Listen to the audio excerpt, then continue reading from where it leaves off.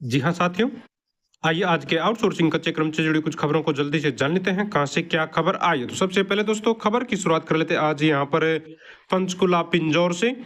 Haryana home guard को वेतन के नाम पर धोखा, विभाग और सरकार को नहीं समझ न्यूनतम वेतन और मूल वेतन का अंतर। तो दोस्तों हरियाणा राज्य में वर्षों से सेवा दे रहे होमगार्ड जवानों के साथ सरकार और विभाग द्वारा न्याय नहीं किया जा रहा है। होमगार्ड जवानों से पुलिस सिपाहियों की तरह ड्यूटी ली जाती है, लेकिन जब बात वेतन की आती है तो उन्हें न तो न्यूनतम वेतन दिया जाता है और न ही रैंक के अनुसार मूल वेतन की कोई गारंटी होती है। जी हाँ, वैसे तो ये बात होमगार्डों की तरफ से बोली गई है, लेकिन ये सभी कच्चे कर्मचारियों पर लागू होती है दोस्तों, क्योंकि सरकार न्यूनतम वेतन भी नहीं दे रही है और जो दे रही है दोस्तों वो न्यूनतम वेतन बहुत ही मिनिमम है। 26,000 रुपए जो वेतन कर्मचारी मांगते हैं वो तो बहुत ही कम कर्मचारियों को मिल रहा है, किसी किसी को मिल रहा है, वरना 12-13,000, 15,000, 16,000 यहीं तक मैक्सिमम कर्मचारियों को जो है वेतन मिलता है। यहाँ पर इन्होंने मांग की है कि होमगार्ड को नियमित कर्मचारी के समान सम्मानजनक दर्जा दिया जाए। न्यूनतम वेतन अधिनियम के अनुसार वेतन और भत्ते सुनिश्चित किए जाएं।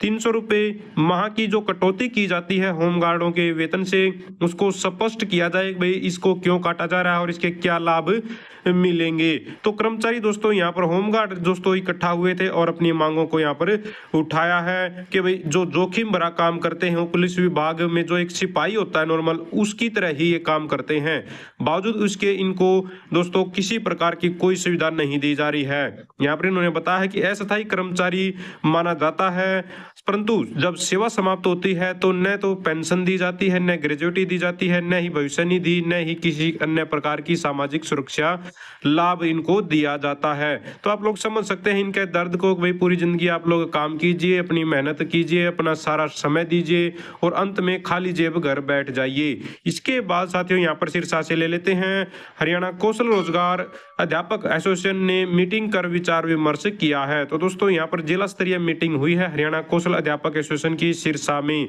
जिसमें कर्मचारियों ने यहाँ पर बताया कि कॉन्ट्रैक्ट एक्सटेंशन, प्रमोशन, ट्रांसफर इत्यादि कई मुद्दों पर विचार विमर्श किया गया और आगामी कार्यक्रमों की रूपरेखा बनाई गई है। तो साथियों यहाँ पर कौशल कर्मचारियों ने सरकार की कई मामलों में प्रशंसा की है और बताया है कि भाई जो कौशल कर्मचारी हैं उनके पक्ष में सरकार कई अच्छे फैसले भी ले रही है और कौशल कर्मचारियों की मेहनत से ही आज विद्यालयों में बच्चों की संख्या बढ़ी है और परिणाम में सुधार हुआ है। और अब ये मांग कर रहे हैं कि जो ट्रांसफर पोस्टिंग का काम चला हुआ है उसकी वजह से कोई भी कौशल अध्यापक प्रभावित न हो, सरकार को ऐसी व्यवस्था करनी चाहिए। यानी कि ट्रांसफर पोस्टिंग होकर, जैसे हो सकता है कहीं से कोई ट्रांसफर होकर आ जाए टीचर और वहां पर कौशल का कर्मचारी काम कर रहा है, टीचर काम कर रहा है टीजीटी या पीजीटी, तो उसको कोई परेशानी न हो, उसको न हटाया जाए।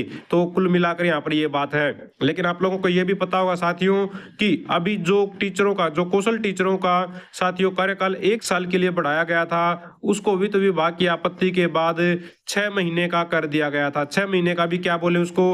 अब तो यहाँ पर दोस्तों आप लोगों को पता है आज 17 तारीख है, तो इस महीने की 30 तारीख की लास्ट डेट रखी गई है सभी की।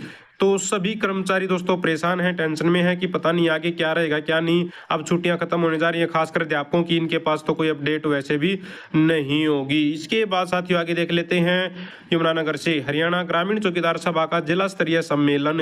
तो जिला स्तरीय सम्मेलन हुआ है दोस्तों यहाँ पर स्थानीय अनाज मंडी जगाधरी में हरियाणा ग्रामीण चौकीदार सभा का, जिसमें इन्होंने बताया कि जो ग्रामीण चौकीदार हैं वो अपनी मांगों को लगातार उठाते आ रहे हैं, अपनी समस्याओं को उठाते आ रहे हैं, लेकिन समाधान नहीं किया जा रहा है।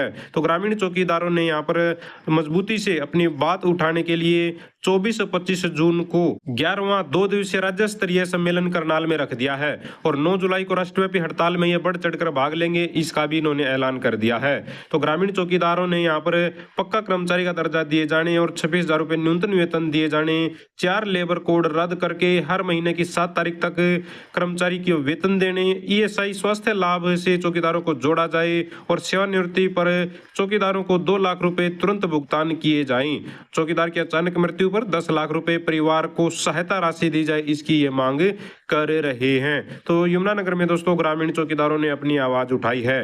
पानीपत से अपडेट ले लेते हैं साथियों। यहाँ पर आशा वर्कर यूनियन का राज्य सम्मेलन संपन्न। तो पानीपत में दोस्तों यहाँ पर शिवा में डॉक्टर अंबेडकर भवन में यहाँ पर ये जो सम्मेलन है इसका समापन हुआ है। तो आशा वर्करों ने भी दोस्तों यहाँ पर बताया कि भाजपा सरकार मेहनतकश और मजदूर तबके पर हमलावर है। न्यूनतम वेतन भी कर्मचारियों को नहीं दिया जा रहा है। तो इसी मांग को लेकर 20 जून को ये जिलों में, जी हाँ, जिला स्तर पर प्रदर्शन करेंगे।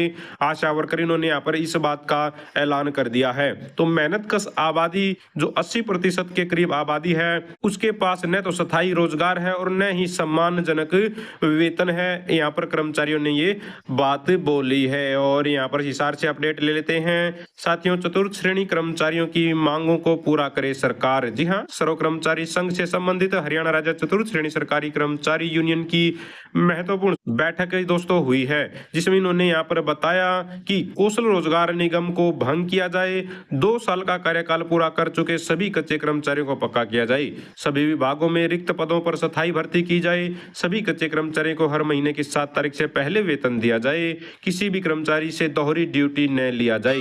तो दोस्तों यहाँ पर कर्मचारियों ने दोहरी ड्यूटी का मुद्दा भी उठाया है। इसके बाद साथियों यमुनानगर से अपडेट ले लेते हैं mid day meal worker union की बैठक।